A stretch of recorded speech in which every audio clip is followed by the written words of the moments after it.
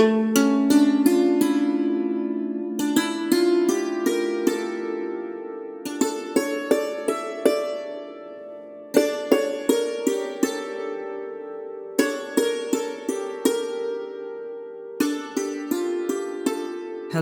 and welcome to So You Think You Can Rule Persia, the podcast where we rate and review all the kings of Persia from Diocles to Yazdegerd III. I'm Sariel, and my pronouns are they, them. And I'm Umberto, and my pronouns are he, him. Hello, everybody, and welcome to episode 72, which is Yazdegerd I. First, heralding the end eventually, but, not yet. We still have 2 more Yazdegerds to go, but we're getting there. Interesting to know that here's where the first one appears. I guess we're not gonna have a Bahram situation where it's just one after the other after the other. It might be. Things might just go downhill really fast, but... No. I know there's gonna be more episodes. There are a few more episodes, yes. But hey. We'll see when the second one pops up after the first, and we'll see what kind of example Yazdegerd I is going to give us. Okay, so Sariel, it's been a while since we recorded last time. Do you remember anything from what happened before? No. Fair enough. So, what happened before, all of this was mostly in the aftermath of the reign of Shapur II, the big long reign, lasted 70 years, crowned before being born. He brought the empire to new heights, restored it, and ensured that everything was working quite well. There were some persecutions which weren't fun, but, we dealt with that. Nobody's perfect, I guess. He made some mistakes. Yeah. He was then succeeded by 3 relatively short-lived kings called Ardashir II, Shapur III, and Bahram IV.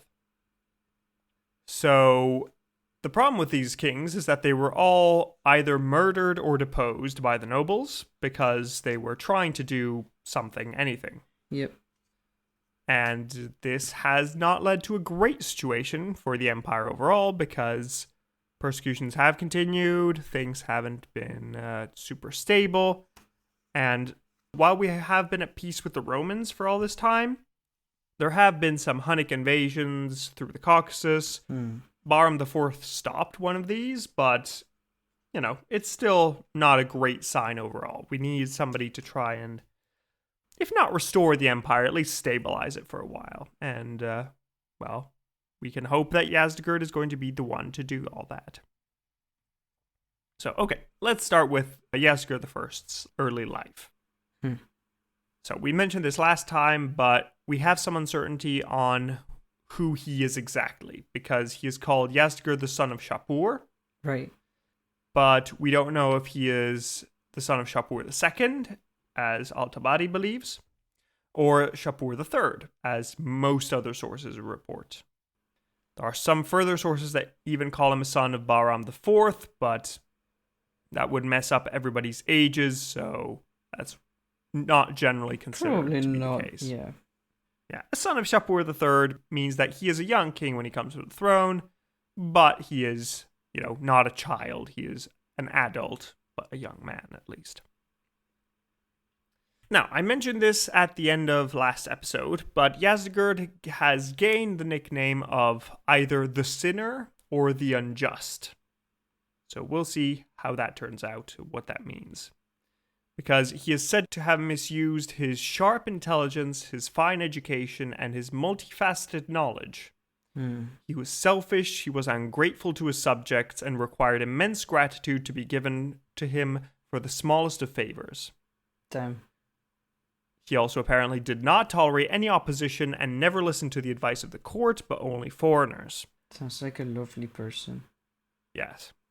All of this was so bad that nobody wanted to give him any bad news, but everybody pretended that everything was always fine, because if he received any bad news, he would just blow up at them. Oh no. Also, whenever somebody spoke well of another courtier to him, Yazdegerd would ask them, "How much will they pay you for telling me this, and how much have you already been paid?" Assuming that nobody was going to talk well about another noble without being bribed beforehand. So, okay, this doesn't sound like a great start. So, why is all this happening? Why is this?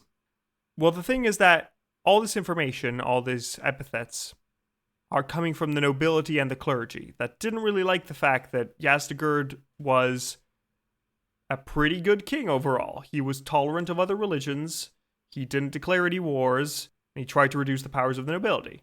Oh my god. Let's go. So it seems that he achieved this generally by harshly punishing his nobles for any slights that they made, and using the opportunity to confiscate their lands and attempt to gain more royal control. Once again, those who kind of fight against the nobles and keep them in check seem to do pretty well. Why do we still have nobles? Well, because they're hard to get out. I feel like it's been proven time and time again that it's just evil. Yes, nobles are like black mold. They're hard to get out, and they're not good for your health. Yeah. And before all of you say, well, but in most societies nowadays, we don't have nobles, it's a classist thing. No, we do. Those are both true statements. It is a classist thing, it's a class struggle, and nobility is still there. Even if, like, they can't make use of their title or whatever. And some even do. Yep. So, stuff happens. The world is a terrible place. Anyway, moving on. But yes. So Yazdegerd is greatly opposing the nobility, and it's, fair enough, because his 3 predecessors had been deposed or killed by the nobles. Yep. So, fair enough. Also, even the sources that dislike him tend to say that he started his reign by being just and mild, but eventually turned sour when he experienced the opposition of the nobles and the clergy. That makes sense. So, reasonable. Even if the sources that, when even the sources that go against him are like, yeah, this is pretty much what happened, then you can bet your ass that's pretty much what happened. Yeah, if they say he was doing a pretty good job, then probably was doing a pretty good job. Mm-hmm. And it also might be the fact that his being good before and bad after might just be more of a sign that, well, his predecessor, his brother and father had been murdered. So he didn't want to get killed straight away, so he was trying to be obedient and tame to start with. And then when he had more of a strong grip on power, he managed to carve out his own path and do more of what he actually wanted to do and not what the nobles told him to. At the same time, it looked like the nobles generally just saw the fact that the king shouldn't be as powerful as it had been previously. Because they saw that it ran fine under a child during the reign of Shapur II at the beginning. So, why don't nobles just deal with everything and the king can sit on a fancy chair and do what the nobles tell him to? So, we have these opposing views. It's also likely that religious power at this point had shifted away from the King of Kings and towards a more formalized priesthood after the reforms of Shapur II, because no king after Shapur II called themselves whose lineage is from the gods. So it looks like there is somewhat of a more serious separation between religious and political power in the king. But as we mentioned before, Yazdegerd seems to have been very tolerant of other religions. So that gets him enmity from the Zoroastrian priesthood, because apparently he was very tolerant of Christians, and if you look at the Christian sources, they say that he was a good and merciful king who did well to the poor and wretched, while he was so good to the Jewish people that they hailed him as a new Cyrus, because he was a great king and he had ensured that they had peace and prosperity and that they were not persecuted for their beliefs. So overall, it looks like he was the first king in a while who was able to contain the upper class, and though he managed to rule longer than his predecessors, he was still seriously disliked despite having humane policies. That's quite an interesting combination.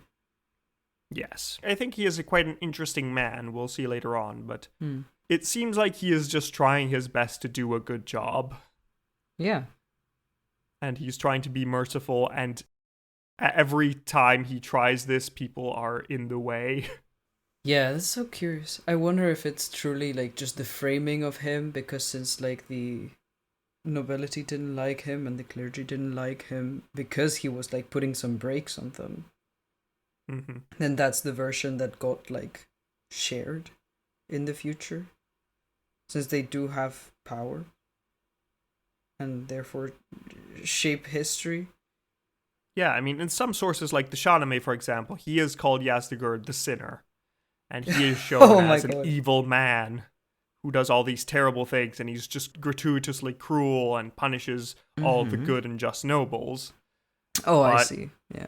if we look at other sources, the Roman sources, for example, or Christian sources, or just non-mainstream sources, then he just seems to be like a guy trying to do a good job and being reasonably successful at it. Yeah. I mean, I am very biased here, but this is not the truth podcast. This is not the well-researched history podcast where we discuss what actually happened. This is the one of us did research and the other one is just giving opinions podcast. So, Yeah. I do tend to want to believe that people were the best they could be. But that has to do with my naive outlook in life. I am inclined to think that people try their best and that probably the most mild and better version of them is the one closer to the facts. But like maybe he was terrible, I don't know.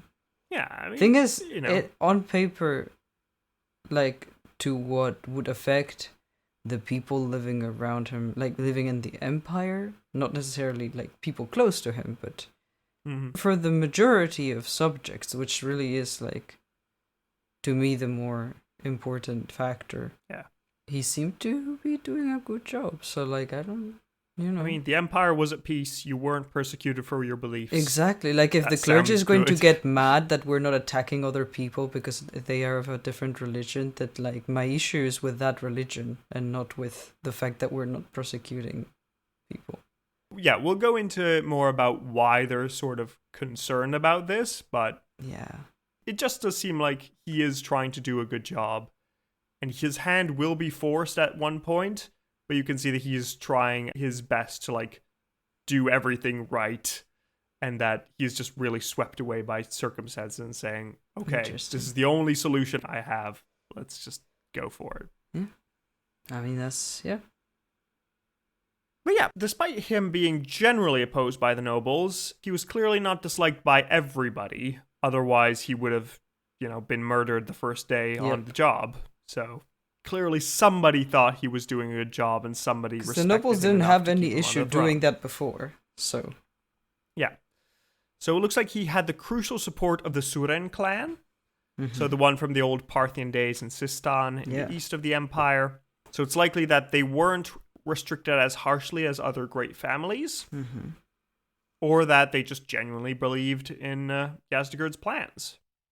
Possibly a combination of the two. It's always useful to have some people on the inside on your side, because sure, you might not love that they have extra power, but hey, at least they're helping you stop the others. We know that members of this noble family were very important in positions of the administration, such as the head of the armies, and one of them, a man called Miranarse, eventually became the chief minister of the empire. So the Suren clan are essentially the right hand of Yazdegerd. I was going to ask, was this a position that existed before? So it did exist before. We didn't have much information, but generally, so it wasn't like a formalized prime minister role, but it was more, you are my chief advisor, I trust you, I give my orders to you, and you look at the details. I tell you, we need to improve the fields here, you figure out how to do it exactly. So it's an important role, and it's also very risky for corruption. Right. Because if I tell you to do something and you just take half the money and say, oh no, it was more expensive than I thought. Yep. Well, then you just did, and I don't know. So it requires some trust and also, presumably, an amount of spies, because those are always helpful. Yep. We're really unsure why it was the Suren family in particular, but it's possible that they had close ties to the Sassanid dynasty back in the Parthian days already, since Persia and Sistan are neighboring regions, And there is evidence that already when Ardashir I founded the Sassanid Empire, he was followed by members of the Suran family. So maybe they are, traditional allies of the royal dynasty. Mm-hmm. So, okay, I said that Yazdegerd did not declare wars, and no wars were declared on him, so how? Yeah. How is this a thing? What do you mean there are no wars? Well, let's look at Rome for the first, because they're the ones that tend to cause trouble. What is the deal here? Well, it looks like Yazdegerd was trying to foster positive relations with them and ensure that there wasn't really any reason to fight. So if you remember from last time, the Huns ravaged a bunch of Roman lands and then moved to Mesopotamia, where they were defeated by the Persian army. And that yielded tens of thousands of Romans who had been taken as slaves by the Huns. True. Yeah. So what do you think Yazdegerd does with these people? Did we send them back? Yeah, he just sends them back Oh saying, my god. "Yep, we have your Nice. people. That's You amazing. can go back to your homes. It's cool." Yes. Yeah, he didn't ask for a ransom or anything. He didn't say, you need to bow before me. He was just like, "Oh, okay. These people are here. You came from They this can other go home place. now." Yeah, then go back now. Yeah. That's great. Yeah. Oh my God. You were all kidnapped, so it's fair enough that you should go home. So that's nice. That's very good. This was followed shortly after by an embassy that was sent to Ctesiphon to discuss the renewal of the Treaty of 363, signed by Shapur. And it seems to have just come away with a confirmation of the peace. Seems like Rome and Iran are both happy with the new borders they have after the defeat of Julian. So, no need to fight. Everything is fine.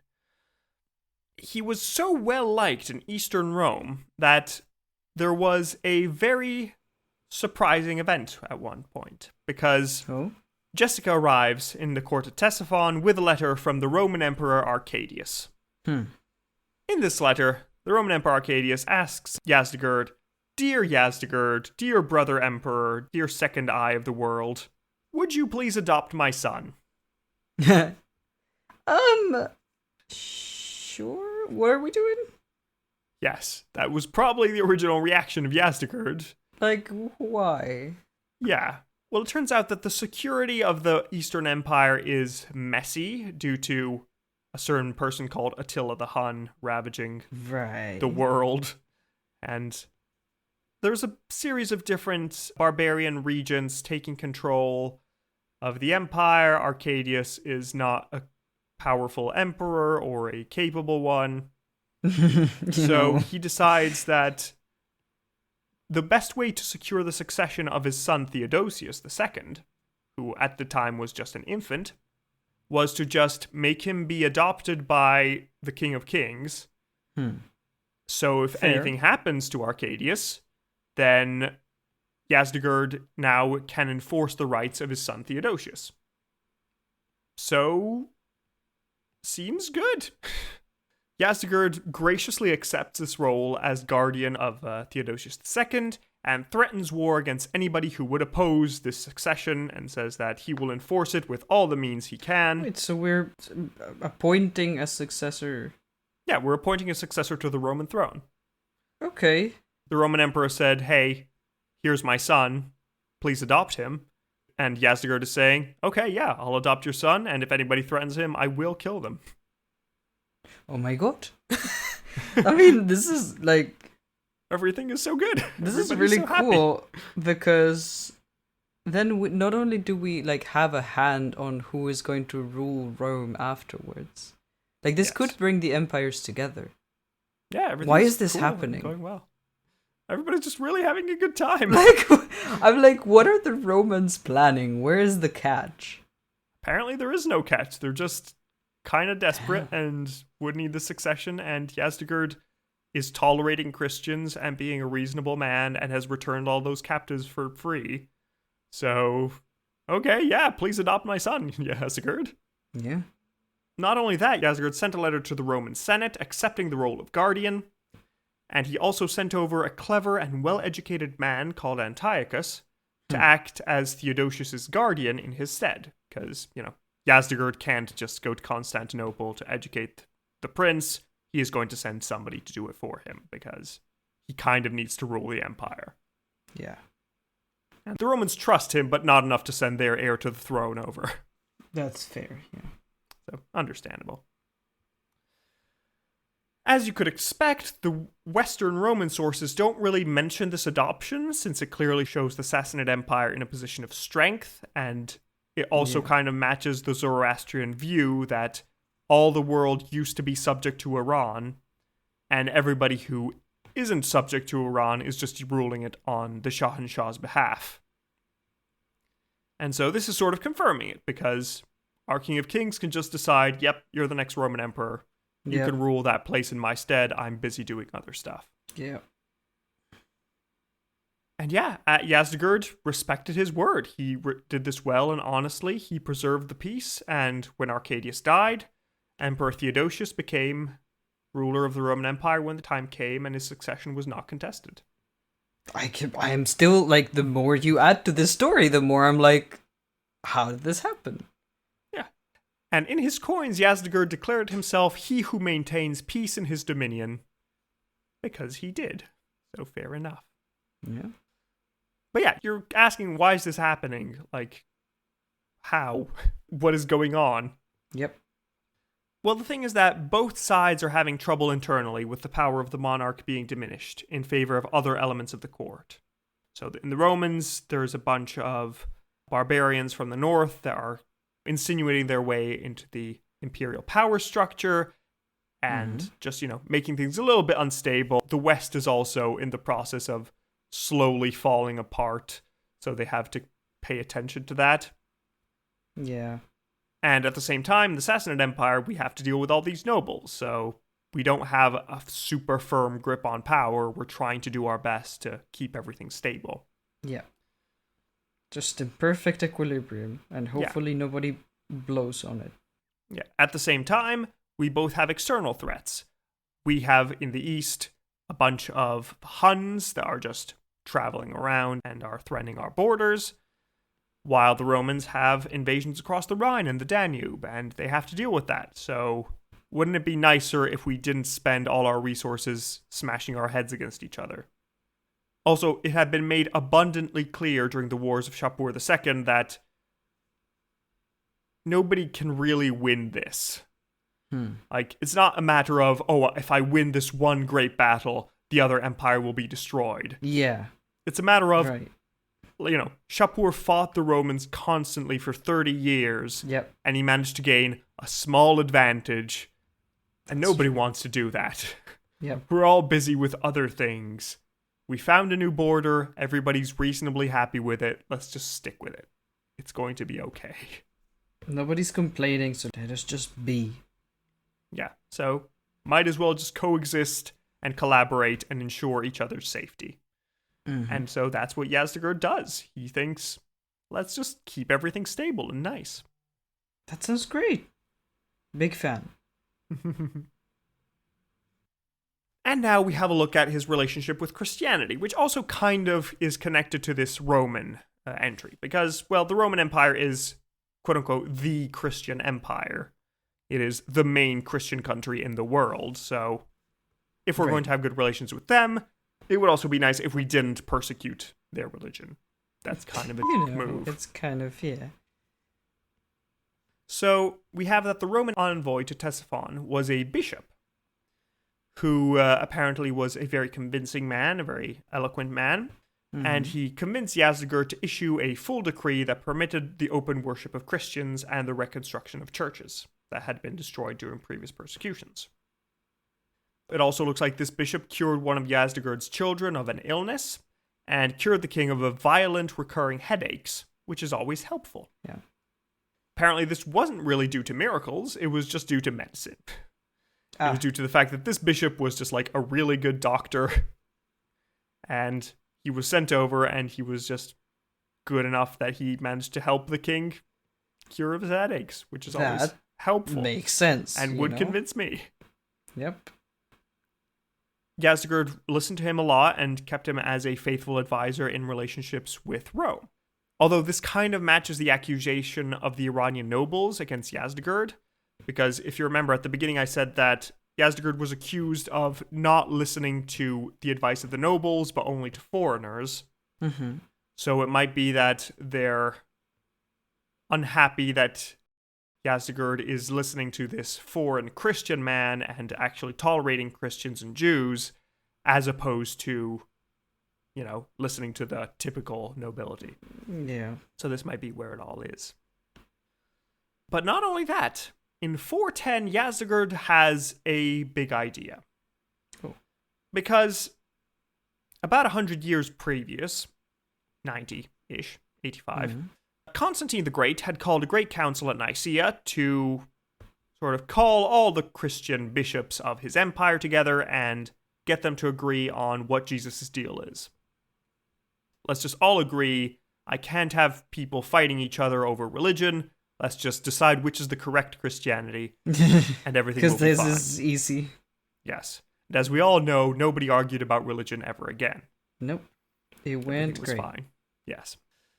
Well, the thing is that Yazdegerd kind of sees the merit in this, because if you have a bunch of different Christian groups in your empire, and they are all arguing with each other, then you're going to have to deal with each group individually. Yeah. And that's a mess, and maybe they disagree, and that's a whole thing. But what if he organizes all these groups into one Eastern church, one Sassanid Christian church, with a head bishop leading all of them? At that point, he could just talk with this head bishop, and this bishop could then direct the Christians, and they could just make deals and understand each other better. Mm-hmm. So in 410, Yazdegerd convenes a church council in Seleucia Ctesiphon to organize church affairs. So this joined all the Christians of his empire into a single structured church, which also had two combined advantages. It had the advantage that, on the one hand, it did join us closer to the Romans because, hey, we also have an organized Christian church and we kind of agree on most things. But on the other hand, it is a separate Christian church which is under the direct control of the Sassanid King of Kings. Mm-hmm. So we have our independence in that side. So we can consider if we want to deviate from the Roman view, if they ever do anything weird, we can do that. It's fine. Now, the slight snag with this is that the Church of the East is different to the Church in the West because of Jesus' whole deal. Because, Serial, can you tell me which is the correct version of Christianity and what Jesus' deal is in that? You see, kids, that right there is bait. You do not take it. No. This is like that Philomena Kunk episode. Now we will discuss the Bible and the Quran, and finally answer the question, which one is better? Yes, exactly. There's no answer. Because, you're arguing about like a canon that you're constantly changing, so each faction is going to have their preferred version, and that's just how it is. To be fair, we are arguing on the same canon. We're all reading the same book at this point. The Council of Rome has happened. The Bible has been defined. That's true. So we're reading the same book and deciding what is Jesus' deal. But you can still interpret it in many different ways. Yeah, definitely. And it's not like you can go ask the author, so... No, the author is well and truly gone by this point. Even if you could, you can still interpret it however you wish, so... So the main argument between the two sides here is that the Western Church, that I will call Chalcedonian Church for simplicity, the councils haven't exactly played out that way, but roughly there. They have the idea that Jesus is human and divine at the same time, but in one person. So, he is a god, he is a dude. Both those things coexist in a single individual. He can do everything. Yes. Instead, here in the Church in the East, they have a slightly more clean separation between the two sides of Jesus. They say that Jesus has a separate human and divine nature because he isn't just a god. It's important to point out that Jesus is also a man. He isn't some strange, wibbly-wobbly, timey-wimey individual that's mixed between divinity and humanity. He has a clear human part and a clear divine part. And that's important to the whole, sacrifice and being the Son of God at the same time. Yeah. I can see how they, they would think that way. Yeah. So the Church of the East tends to have this whole view overall, but at the moment they're still in communion with the Western churches, and they still agree that, well, for now they think this is just semantics. It's just details. We're basically saying the same thing, but with different words. It's fine. Mm-hmm. They are going to eventually split off and break away, but they will eventually just like join back together in like the 1500s or something. There's a wild ride going on. But in any case, we have this new Church of the East with its own head, the Bishop of Seleucia Ctesiphon, which was now a permanent member of the Sassanid court and could help Yazdegerd in government, while acting as a counterweight to more established forces in the empire, like the Zoroastrian priesthood. So he's clearly not as powerful, but he has a voice in the matter. Mm-hmm. And it's interesting to note here that Yazdegerd may have been using a policy initiated by Artabanus III several centuries ago, by weakening the power of the nobility and religious establishment by empowering religious minorities in the empire. Also, since Christians mostly lived in the regions that Yazdegerd owned personally in Mesopotamia, so the regions less under direct control of the nobles, it makes sense to cozy up to them and gain support in his personal lands to ensure that if anything happens, he at least is sure that he is well loved in the lands he owns. But another element that is worth noticing is that Yazdegerd was also just tolerant of the Jewish people, which didn't really have much political power, especially compared to Christians or Zoroastrians. Right. So it might just be that he genuinely thought that tolerating people was just a good thing to do. Yeah. Let's not persecute people. Hey, that's a great idea. Mm-hmm. But Zariel, Yeah. can you remember what happened in the Roman Empire after they made Christianity legal? Well, all I can remember is that, was it Constantine who was Yes. like, I am the emperor of all the Christians everywhere? True. Which was, controversial. That's fair. But the most controversial thing that Constantine did is that he didn't just stop at making Christianity legal. He converted himself. Right. And by yeah. this point in time, Christianity is the official religion of the Roman Empire. Yep. And you can't be a non-Christian and be in certain important posts in the empire. Oh. Right. That is so weird, but I guess that's how Yeah. we're rolling. They've gone in all that direction and made sure that, yeah, now if you are a pagan, you can still live around, but you're not going to become too important at this point. You are sort of isolated in your area, and if you want to be relevant, you should probably convert to Christianity and remember the correct type of Christianity. That is wild. But yeah, okay. And well, Sariel, the Zoroastrian priesthood is looking at all this and is concerned because they see a timeline that says legalize Christianity, emperor becomes Christian, Christianity is the only religion. Yeah. And they look at themselves and they see that on the map they're between legalized Christianity and emperor becomes Christian. Yeah. And they are unhappy with this. Yep. They think, it's just a matter of time that Yazdegerd just shows his true colors, he becomes Christian, and then Zoroastrianism is dead. Just like Roman polytheism. Yeah. Does Roman polytheism have, like, a name? I don't think it has an official agreed upon name. It's just Roman polytheism, Okay. I assume. Just, interesting. Yeah. So, yeah, we're told that the Zoroastrian priesthood decide to go full Scooby-Doo to try and discredit Christians. Yep.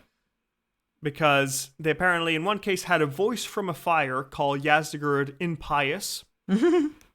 They really are, like, just blaming anything, huh? Yeah, they're saying, "Oh, look, he's impious. The gods is wrong. Disregard him entirely." And they also apparently made sure to always have a bad smell handy when Christians came to court. Just like making sure they smelled bad. Seriously? Yes. Guys? They are going full Scooby-Doo. Yazdegerd apparently investigated this and found out that, it was just members of the Zoroastrian priesthood. Oh, he's gonna be so mad. Yeah, he had the culprits executed because Yeah. you don't try and do that to the king. Nah. That's not fair. Especially knowing the king has, like, kind of a bad temper. especially, knowing he's trying to reduce the power of the nobles, don't give him an excuse. But it looks like the Zoroastrian priesthood fears would not be satisfied, because Yazdegerd did not convert. He actually became a little bit harsher against Christians later on in his reign. This is because the Christians also saw the same timeline. Right. Christianity legal, king becomes Christian, Christianity's the only religion. And they thought, let's speed this up. Let's destroy the Zoroastrian religion. Let's become the only religion in the world. And so a bunch of Christians started converting the families of important nobles, disobeying royal commands, and destroying fire temples. Because that will have no consequences and everyone will like them. Yes. Yazdegerd sighed heavily. Yeah. He said, guys, guys, this is not what I'm trying. You are undermining. I swear to God, I'm surrounded by inept people. And so he went to talk to these Christians and said, okay, listen, guys, there was a misunderstanding, apparently. I didn't say that you could just, burn other people's temples to the ground. I don't know where you got that from, everybody. or why you would, ever think that that's a thing. Aren't you supposed to be, the pious religion that, love thy neighbor and all of that? Yazdegerd says, okay, you know what? Sure, you didn't know. It happens. We were all young once. Who hasn't burned a temple in their youth? Just pay for the damages and you can just go, okay? Just don't do it again. That's very generous of him. Yeah. But the Christians loudly start shouting to the four winds, no, how dare you persecute us? How dare you do this to us? We will never pay for your pagan temples. How dare you make us do these things? Wow. They went full Karen on it. Huh. Yeah, pretty much. So Yazdegerd was like, no, guys, seriously, this is just pay the damages. I don't want to hurt you. Don't, I'm warning please. You. And the Christians loudly said, no, look at us being persecuted. Look at this horrible man. Look at all the terrible things he's doing. If we can't just burn a temple in peace, what does this country come to? Yazdegerd then says, okay, fine. I guess just stay in prison for a few weeks and then think about it. How about that, please? And the Christians are like, see, he put us in prison. Look at the terrible persecutions he's giving us. And Yazdegerd is just like, I can't not punish you, guys. This is not... This is not because you're Christian. This is because you damaged property of the state. Yeah, this is just I'm not persecuting you because you're Christian. I'm just persecuting you because you're assholes. Yeah. This is just, come on, man. People still use this argument. So, I believe this. Yeah. This is a very human thing. Yeah, so in the end, absolutely exasperated by what was happening, Yazdegerd was like, okay, fine. If you want me to execute you, I'm going to execute you. Screw all of you. I tried my best. And so, the Christians who burned the temples down were executed. Yep. That tracks. It is also possible that this is being connected to persecutions of Yazdegerd's successors, because they'll start them up again. So they might be being joined together and being made to seem worse than they actually are. But overall, it just looks like Yazdegerd is just really trying his best to be tolerant and nice. But everybody's just doing their best to stop him. Yeah. This is also when relationships with Rome start to break down, because everybody can't stop by being horrible. Apparently, this is just the theme of today's episode, kids. Yes. Try as you might, people will keep being horrible. That's the second time I call our listeners kids, and I'm gonna stop now. Presumably there's kids listening. Hello, kids, if you are. Hi. I know that there is at least one person that's under 18 that's listening because of analytics, so, we at know least one who kid. You are. Yes. Actually, we don't. We know you're no there, clue. though. Yes, no. We know you exist. Enjoy the dismembering when it comes. It's fun time. In some episodes. Not your own dismembering. Oh my god. No, there's a separate dismembering. I still think of the Alexander episode. It's, ingrained in there. In my brain. But yeah, relations with Rome are breaking down because we're trying to just make things better.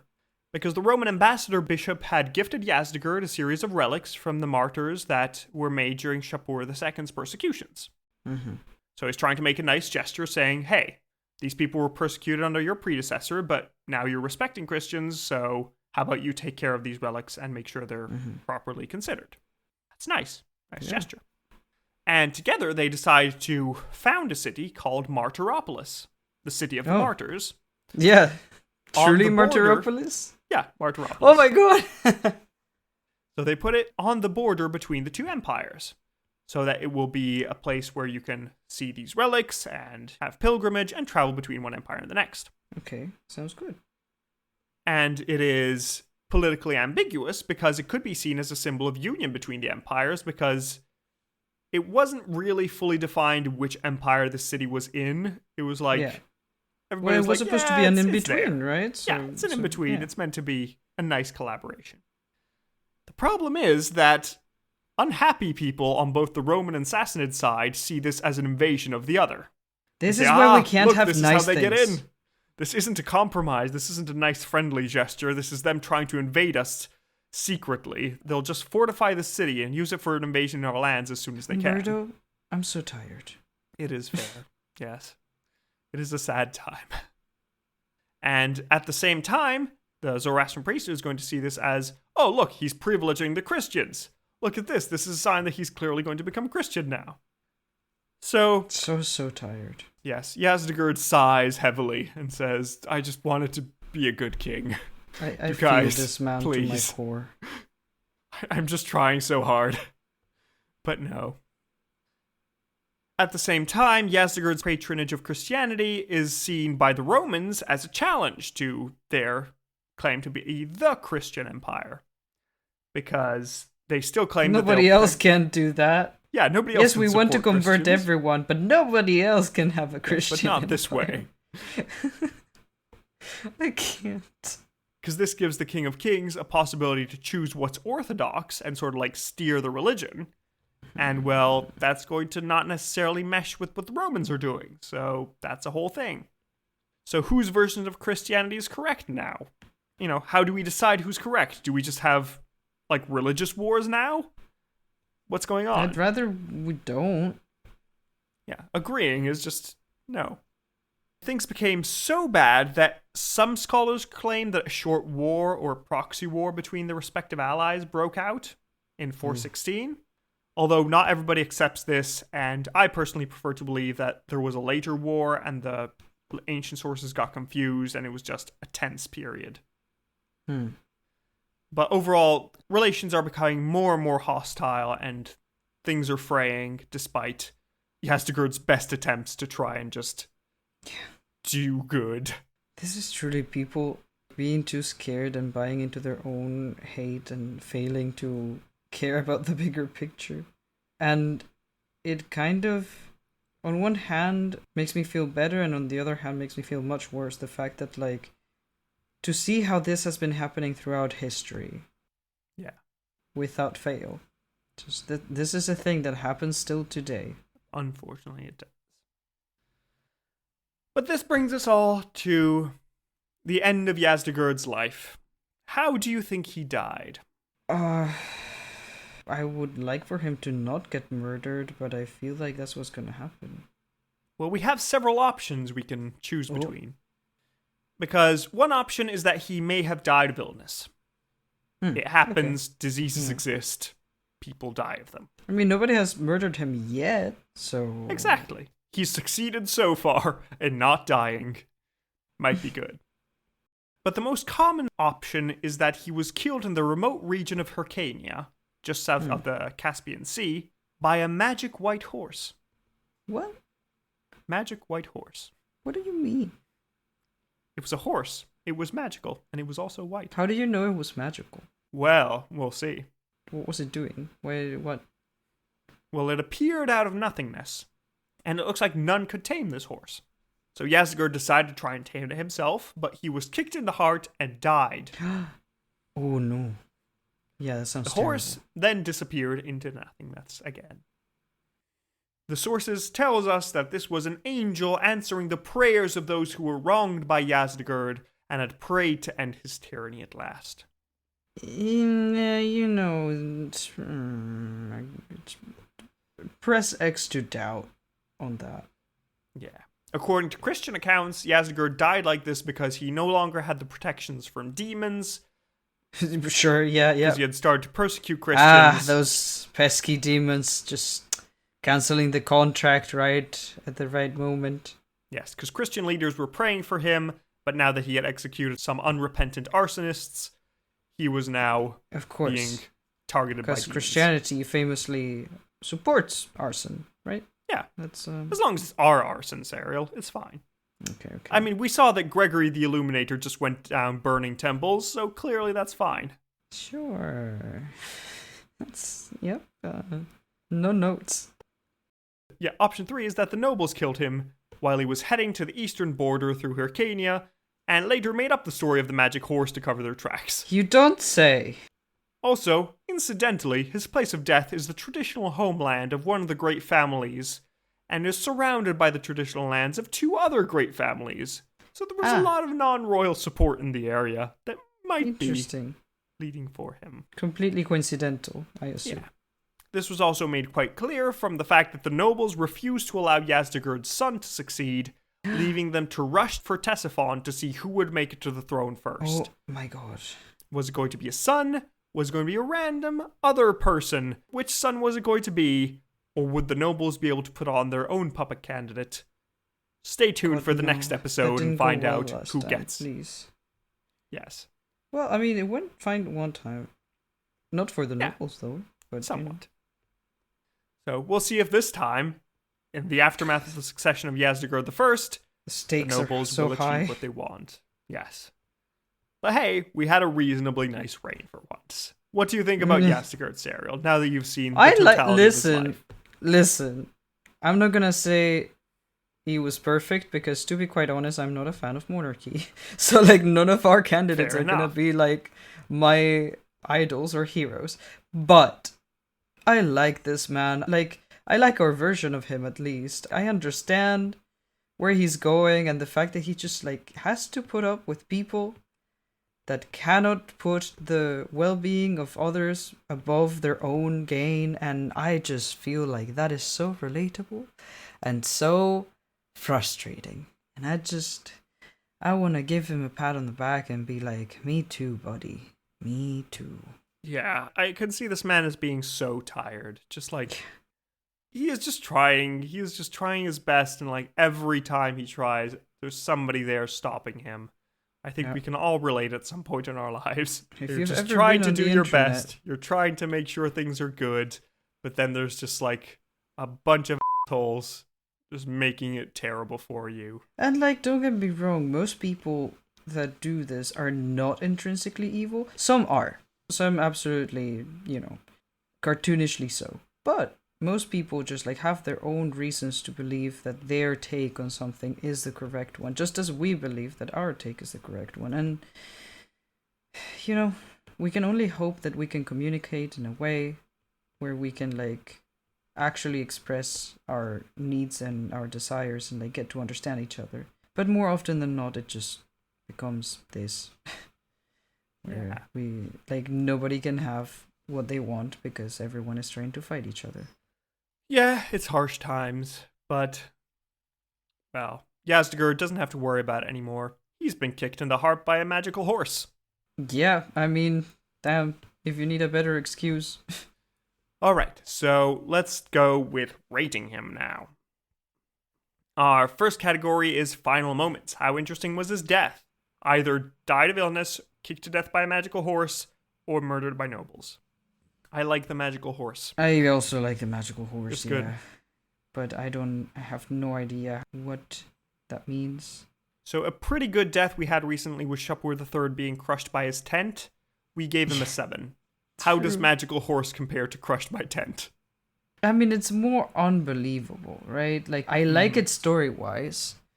Yeah. I don't think it happened. You never know. But, like, he could have gotten kicked by a horse. I just don't think it was a magical horse, that it was actually an angel sent by, the Christian god. But, makes for a good story. There we go. How many kings are kicked to death by magical horses? Not many. One, apparently, yeah. Yeah, exactly. So I'm reasonably impressed. I'm I think I'm hovering around a 7 because I think it's memorable enough. Like crushed by tent, kicked by magical horse are both good, memorable deaths. Yeah. I think the fact that he was definitely killed by nobles. That's just happened.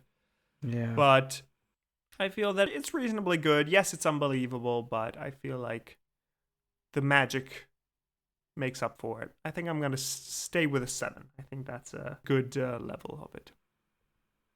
What do you think? No, I think a 7 is good because it's like pretty incredible and cool and like cinematic, kind of like weird fairy tale way, or like, very storytelling wise interesting. Mm-hmm. But I can't give it more points because like I don't actually think it happened. So yeah, there are better deaths, but I think I will join you on that 7. Okay, very nice. So with a 7 and a 7, we get a 7 out of 10 for final moments. Heck yeah. Our next category is battle hardness. How good was he at war and fighting? Well, famously not. His whole deal was that he tried to stop wars at all. You could argue he was excellent at that. I mean, fair enough. From a certain point of view, Best yes. battle is the battle that does not happen. And that is my take. Yeah, the fact that he was constantly at peace was pretty good. But I think in the spirit of the thing... A military prowess, yes. Yeah, military prowess. He didn't have any opportunity to show it. Yeah, he might have been great. Know. He might have been terrible, but there's nothing there. So I think a 0 is the only way to go. Really. I'm going to give him a 1 because I still think the best battle is the one that is not fought. Entirely fair. The best victory is just not losing any lives, Yeah. So with a 0 and a 1, we get a 1 out of 20 for battle hardness. Our next category is scheminess. How good was he at plots and manipulations? Again, not terribly. He managed to sort of maneuver around the nobles. Yeah, I feel like that's, But I don't know if he used scheminess for that. I mean, maybe. They were very, must have used very some pissed. bit of scheminess. They murdered all his predecessors.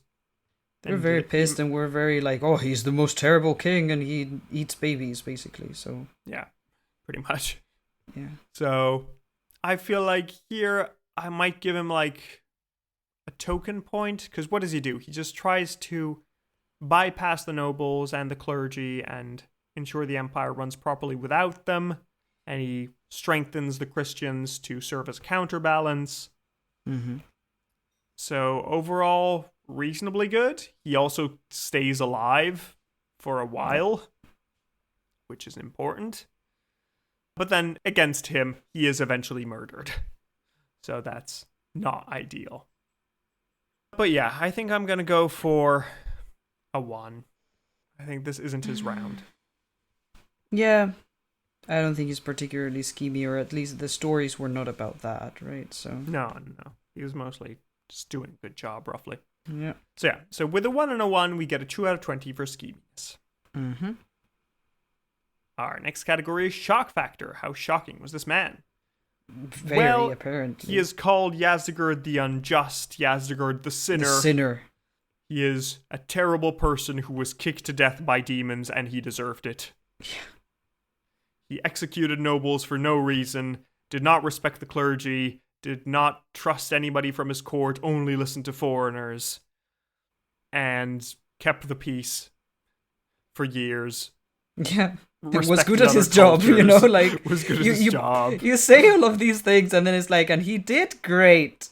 And he did a good job. He did kill those Christians after they asking them a really long time. Please just don't. Like, I really don't want to kill you. Please. You just need to pay a fine and then go home. Yeah. That's all I'm asking. But it's the principle. Yeah. And it's like, okay, fine. I guess I'll kill you if I must. So, yeah, shock factor is a mixed bag because he is officially horrible. Yeah, his stories are very shocking, but I don't believe them, is the thing. Yeah, I'm wondering how to evaluate that, because, like, if we take his life at face value, it is kind of shocking that he is getting friendly with the Christians. That's fair enough. Yeah. Like, maybe if he'd lived longer, he would have become with Christian. the Christians. Yeah. Sorry. Maybe there's an alternate history where he becomes the Sassanid Constantine and just turns to Yeah, Christianity true. and just does it. That's within the realm of possibility. It happened before in the Roman Empire. So, that's definitely something that you consider shocking. He did kill people. Fair enough. He is a monarch. Yeah. Like, none of these people are, like, good people. No king's a good person. That's just, it comes with the territory. Yep. But, you can be a less bad king. Exactly. Than others. So, he did kill people. He did upset the balance of things. He is but also, upsetting like, the he's nobles. sticking to the nobles, which, like, it just makes me happy. Yeah, he is being a little bit against the nobles. Yeah, and then the rest is mostly just propaganda against him. He is just strongly disliked. I think I would go for, like, a 5. I think, like, 2 real points and 3 just general vibes points for how hated he is. He is just so hated by everybody. You don't have a nickname as the Unjust. Just if everybody thinks you're just like, you weren't great. Chill. But yeah. I don't think he is really a bad person, but I think he deserves a 5 just for, like, general pearl. Yeah, for the story. I mean, he does have the stories.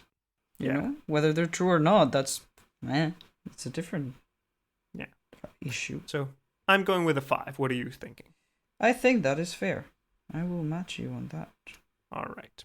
So with a 5 and a 5, we get a 10 out of 20 for shock factor. Our next category is Aaron Shine. How good is he for the Empire in general and Iran in particular? I am curious. Pretty good. Enlighten me. I mean, the Empire was at peace for decades. I will say that. I won't tell you the exact time, but it's decades. Yeah. So everybody's at peace. Pretty good. Nobody's gone to war. That's good. We have great relations with Rome. We adopted the Roman emperor as our son and educated him to be friendly. That is shocking. That is like you need to put in the points of shocking. We can add a point to shocking for that. Yes, I forgot for That's a moment. fair enough, actually. I will also go up to a 6. So 6 and 6, 12 out of 20 for shock factor. I can't believe that happened. True. So he does adopt the Roman emperor. He is at peace. He stops religious persecutions in the empire. Not only that, he tries to ensure that the Christian groups have a unified leadership that is easier to deal with and have a dialogue with. He founds Martyropolis to dialogue between the Roman Empire. I forgot. That's nice. That's cool. Martyropolis. He manages to secure royal power against the nobles. He tries to ensure that everything is going to be more stable and more orderly. The empire keeps ticking along. We don't hear news of any great works on his part, but no news is good news, presumably. Yep. They would tell us if there was like massive famine and death everywhere, but presumably everything is just ticking along well for a generation. That's nice. I'd like that. That's good. So everything is going reasonably well. Things are improving. And he does fall back into a little bit of persecution towards the end, but it also depends on like how much you want to qualify that as persecution as opposed to just Christians starting to get a bit uppity and maybe don't burn other people's temples down. That's a bit much. Another negative is that he, you can argue how much his fault it is, but he is murdered, and the succession is up in the air, and will have a rapid fire. But he did have an sons. he did have an heir. It's not that he didn't leave one. He had several sons. Actually, he had at least 3 sons. What? So that is truly the nobles he did being his like, job. "Fuck you." Yeah. Yeah. So I'm not gonna count that against him. Yeah. Also, as another positive, he wasn't just blindly going against all the nobles. He did have an ally in the Suren family, with Narse being that important prime minister that he just kept in order. So that was pretty good. He was wise in doing that. Yep. There is the small possibility of maybe relations with Rome breaking down a little bit towards the end. But again, is it really his fault? He is just trying, man. He was just trying his best. Like, really? I don't feel like I can blame him because he's just trying to dialogue. He adopted the Roman emperor. He has just built a city to conciliate things. He is trying to be friendly with the Christians. he confirmed the peace treaty that was made under Shapur. Everything is going well. I feel like he definitely deserves a high score. I'm currently thinking between a 7 and an 8. I don't think he deserves like the highest. He hasn't done any great reforms or anything, but he has definitely improved the lives of like the people he is ruling.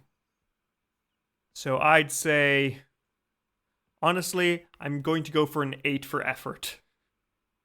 8 for effort sounds good. Yes. I think he fully deserves a 7, but I'm going to give him an 8 because this man just keeps trying. Yeah. And yeah, some things don't succeed, but damn it if he didn't try. Yep. I agree. I like him, me. and yeah. You also going with an 8 then? Yep. Okay, great. So with an 8 and an 8, he gets a 16 out of 20 for Aaron Shine, which is the 4th highest Sassanid score after Ardashir the First, Shapur the First, Shapur the Second. So, good one. Yeah. Our next category is Face of Faces. What do you think this man looked like? And let me send you his crown. Yeah, which, I will need a minute. To be fair, I'm not terribly impressed by, but you can see what you think. Okay, so Serial has finished their drawing. Let me pick it up and I'll describe it to you all. Very good. Yes. Nice. I don't know if you know the meme. I don't think I know what the original is from. It's Hayao Miyazaki in one of course it is. Yes, now that you tell me. Yes. So, what we have here is a little rectangle within which we have our boy Yazdegerd. He is there with his nice beard. He has his longish hair. It's all nice and curly. And he has some sort of stick in his mouth. The original is I assume. Yeah, the original is a cigar, actually, a cigarette. Okay. But yeah, I kept it because it keeps the vibe. Yes. And well, he has his nice crown. It's mostly round. It has a bit of a half moon at the front of it, pointing downwards. And he has his hands raised up to his head. And he seems to be entirely exhausted with existence and life. And beneath him is written, "I'm surrounded by incompetence." As he is, because this poor man cannot get enough. He is trying so hard, Serial. He just wants to rest. He just wants to do a good job, man. That's it. So thank you, Serial. If anybody wants to see this, you can go to the episode notes in the description or on our website and Serial's portrait gallery. Or you can become a patron and look in the Discord. And now let me show Sarah what he actually looked like, according to a plate at the time. Because we have a plate, Serial. Oh, let's go. Plates are neat. Oh, this is pretty. It's a metallic plate with a silver background and this small, slightly raised relief with golden details. It's really beautiful. He's hunting down some sort of horned ungulate creature, I assume some sort of deer, although I do not recognize the antlers, but yeah. And he's dressed in very beautifully detailed and intricately decorated clothes. Like, you can see he's wearing some sort of harness on his upper half and a shirt or some armor that is close to the body, and a belt with a sword on the side. And the pants have all sorts of drawings on them, like flames and other decorations. There's another cloth on top of the pants. I assume part of the shirt that he's wearing that goes past the belt. Also with decorations on the bottom. There's the rest of the belt behind him, that I assume has been tied in a knot and it's just billowing behind. And then also behind the crown you can also see this extra fabric. And behind his back some other, I don't know if it's from a cape or from what is tied on his There's a lot of billowing torso. fabric behind. Yeah, it's really beautiful. Yeah. And there's a halo or an aura behind his head, and then the face is incredibly detailed with the usual beard and hairstyle that we've come to know and love. Mm-hmm. And then there's the crown, which has some sort of moon or something on the front, or some sort of curved Yeah, it's shape. crescent there. Yeah, and the poof on the top. Yeah, it's really pretty. I also just noticed right now, and I like it, that the other end of the spear has a tiny fist. Yeah, at the very end of the spear. Great. That's so funny. So not the pointy bit, but the other part. What is called the apple in the Achaemenid soldiers. I see. Yeah. Yeah, Thank you for it's a heavy having thing the that serves knowledge. as a counterweight, so, Right, fair right. enough. It's really cool. So, yeah, what would you consider this? What would you This is a 10. I love this. A 10, really? Wow. It's so like, I like come it. on, when do we get so much detail and such like an artistic interpretation? I really That's fair. I think I'm going to go for an 8 because I like it, but it's not really representing some sort of climactic moment, which is right. what It's I just enjoy. a hunting scene, I guess. Yeah, it's a hunting scene, so it's not like Shapur the First with emperors bowing before him. It's more like, no, that was it's okay. a cool Then I will. hunt. You're fair right. enough. I will go down to a 9, but I will still keep it at a 9. I think it's really cool. That's fair enough. It is very nice. So. Okay, so with an 8 and a 9, he gets a 4.3 out of 5 for Face of Faces. Our next category is lengthiness. How long do you think this man reigned? Well, you said decades before, Yes. and it took a while until he got like kicked by a horse or murdered or ill. So I'm going to say 40 years. No, unfortunately, we are not that lucky. I thought maybe 30. I don't know. 30 might also It be is too much. 21 Okay, years, okay. which is a good run, to be fair, but Yeah. also you would hope for more. Yeah, not as good as I would have liked, but Yeah. So what can he you do? reigned from 399 to 420 for a total of 21 years. Divided by 10, that's 2.1 out of 5 for lengthiness. Fun year. Hey. And that brings us to the final score, which is a grand total of 44.4 out of 100 points, which places him firmly in the 40s club, just below Mithridates I, actually 0.2 points below him, below the founder of the Parthian Empire, and a little bit above Antiochus I, which is the consolidator of the Seleucid Empire. So he is in noble company. Yeah. He is quite well placed. But that leads us to the final question, which is to ask, is he tolerant enough? Is he peaceful enough? Is he accursed enough to be called a Shahanshah? Or is he just a Shahanna? You know what?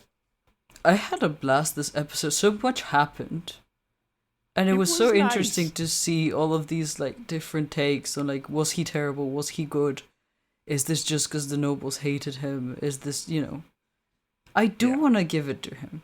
I also do. I think Yazdegerd is one of those kings that I had heard nothing about before doing this research. And I just really grew to like him because he just sounds like a nice person doing his best. And he's just like, yeah, he's just really trying.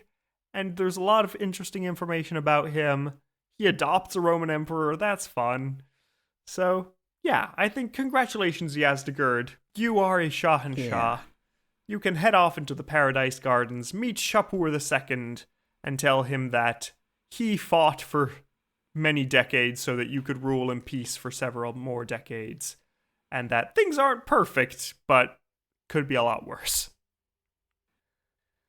So there we go. Thank you all for listening. This is the end of Yazdegerd I's episode. We hope you'll join us next time for a certain Shapur IV. We'll see who is this Shapur IV. How does the chaos of the succession play out? Will we have a good king to start with? Will we have a mess of kings before we actually have one we stick with? Join us and tune in to find out. It's gonna be terrible.